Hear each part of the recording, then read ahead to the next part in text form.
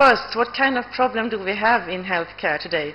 Well, we have tremendous increased pressure because we have great increasing expenditures. We have increasing costs. We have new diseases of patterns. We have an aging workforce that have a lot of sick leave and are stressed. We have also public changes of a welfare state that takes care of us, but we don't anymore in Sweden the same manner as we did 20 years ago. So we have to change in a way that is more sustainable and balanced. And we need more of organizational values, a value-based leadership, and to create more of awareness among the professionals. The healthcare professionals in Sweden, they have a lot of problem with stress and boundaryless working, pain, musculoskeletal pain, and we also have tremendous sick leave in Sweden. It's hard to recruit professionals also. At the same time, we have high professional ethics. We have got no experience at all of this kind of voluntary work, as we can see in India. And we have a kind of motivational responsibility that is rather complex between the individual and the organization. Yeah. Good, they are connected.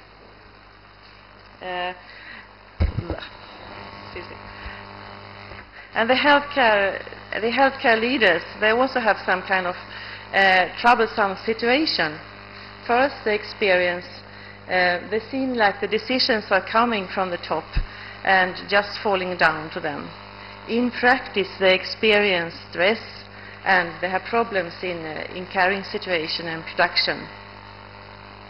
They want to get feedback on this situation and want to talk with their manager, but they experience their managers being quite powerless and not interested in listening to them.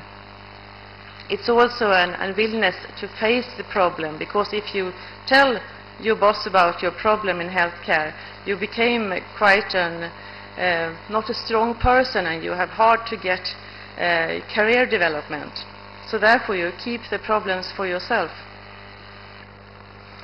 And those managers that are recruited are those ones that won't tell about the problems in healthcare and their own problems to the top managerial level. And then the problem denies upwards, and the top management are happily unaware about the problems and happily ignorant about the problems. And that is the situation I would like to proceed from. I think one way is to face more of engagement and to create and strengthen the capacity for engagement in the workforce. But at the same time, we have not tradition of facing stress and engagement in a considerable and aware manner. You could see that work engagement are two sides of one coin in some way. We have one side with we're motivated and we are engaged. On the other side, it could be exhausted, tired, absorbed by work. And we have a lot of professionals that are not aware of when you are working with flow and dedication and you're working with in a meaningful way, in a sustainable and balanced way for yourself and for in the future, and when you turn into a more tiredness, exhaustiveness. We have increased the degree of burnout in Sweden the last 10 years. But first, work engagement, it differs from workaholics. We can be work engaged without being a workaholic. We can be engaged if we are not so, if we have kind of more of a regulation towards our work. if we are not obsessed with work, if we are motivated, if it's meaningful, if we are having good social relations that are not created by more of insecure attachment, what is more close to workaholism, that is creating burnout in the end. And how can we support so we have more of positive work engagement? Well, from the research we see that job control is important, social support, performance feedback, so you know when you have performed well and when it's good. Opportunities to develop, to have a meaningful and learning experience at work. Task variety, to have more of responsibility. And value-based leadership. When you are guided by a leader that are not putting so much, more of values on what are the goals instead of time pressure. And that could be created by transformational leadership, for example, we talked about yesterday. To create value fit and organizational justice.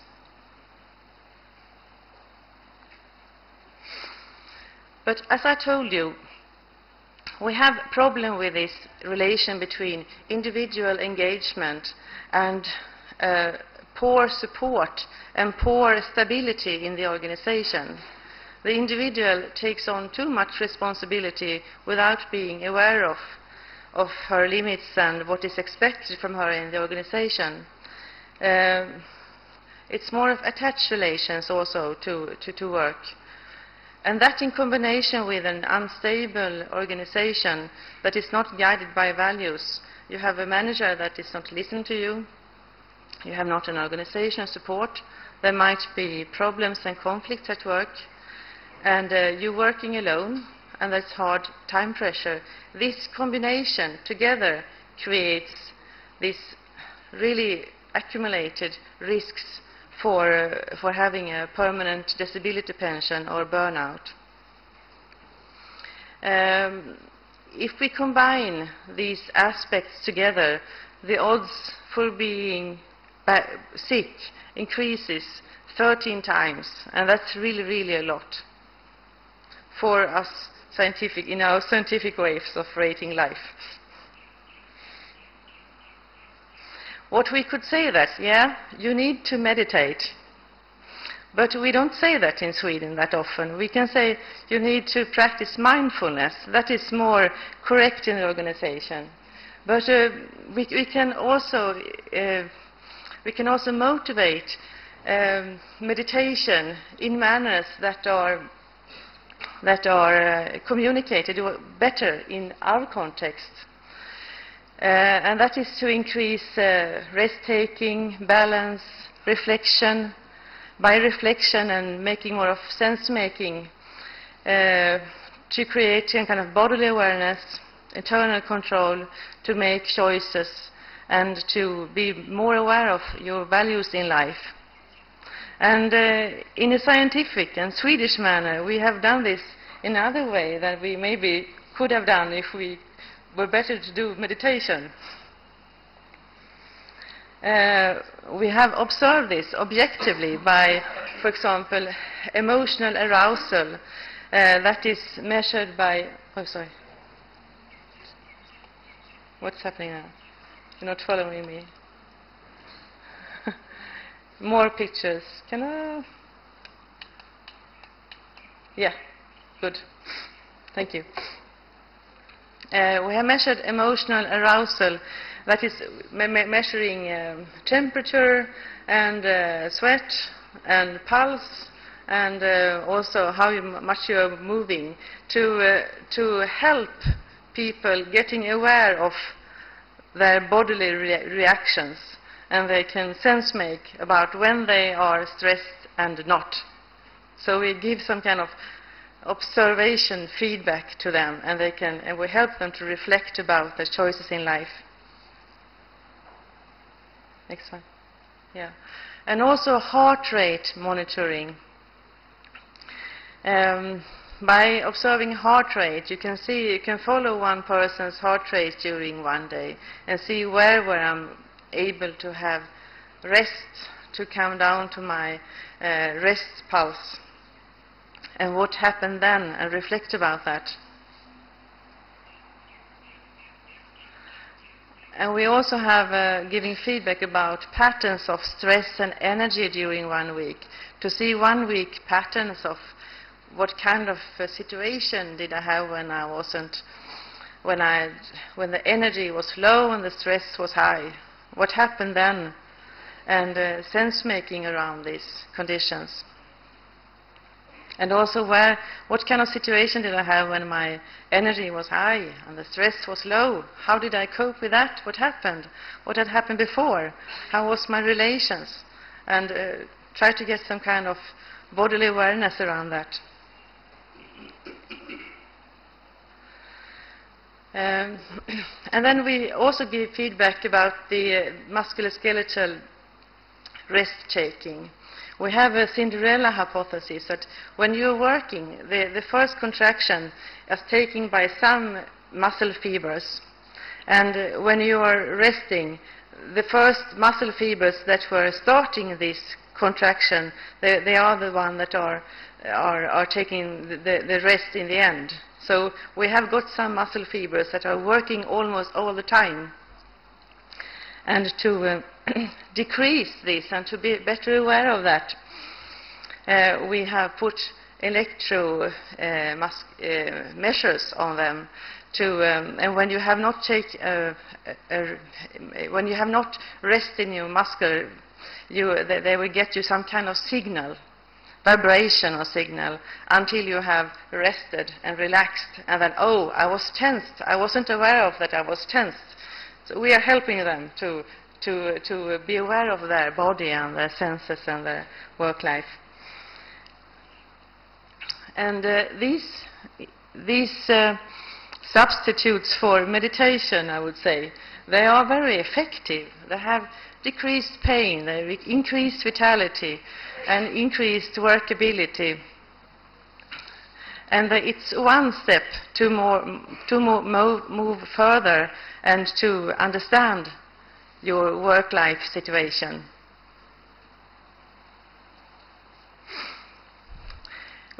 It also has increased the rest-taking. And we have a significant relationship between being able to take a few times of rest per day and having a more sustainable workability. You have to be able to take a couple of rests per day. But in Sweden, we don't always allow us to take these kind of rests. We are working all the time.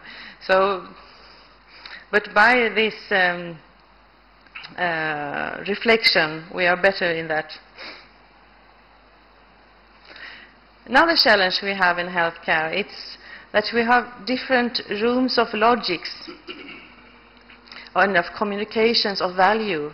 The community are talking about their values in healthcare in some manners. It's called new public management. We should be transparent, we should be effective, and the leader are the only one that can do everything. Oops. And then we have another thing. So we have conflicts here between these different rooms. And the leader here should be able to bridge these conflicts and this lack of communication. It should be a hybrid leader or more a value-based leader. All this room, they said, we wouldn't have all this problem if we didn't have those bad leaders. It should be better leadership. But the definition of what is a good leader, it differs in all these rooms.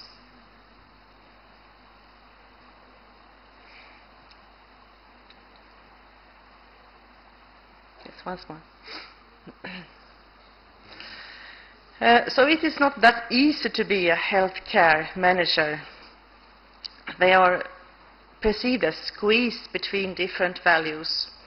And they have themselves poor organizational support, unclear expectations. They have excessive role demands. They have value conflicts and dilemmas. They are lacking a lot of trust among the employees. It's group problems, and they are containing a lot of problems. They experience loneliness, time pressure, and a bit of work overload. But we have this other side also. Once more. Yeah. If you move towards value-based leadership, it's more handle the complexity and change, to develop an integrity and guided by inner engagement and values, to have a balance between closeness and distance to work, to increase the trust from superiors, to have better change between colleagues, and to increase trust to the employees also. A good sleep is really good. We see those managers that are working both well, they are sleeping best. You know that you should sleep at least 7.5 hours per night. And also to have quality and leisure time. So it's about awareness and having kind of balance, to be able to set boundary, but also to be boundarylessness, and to accept when to be and when to not to have boundaries.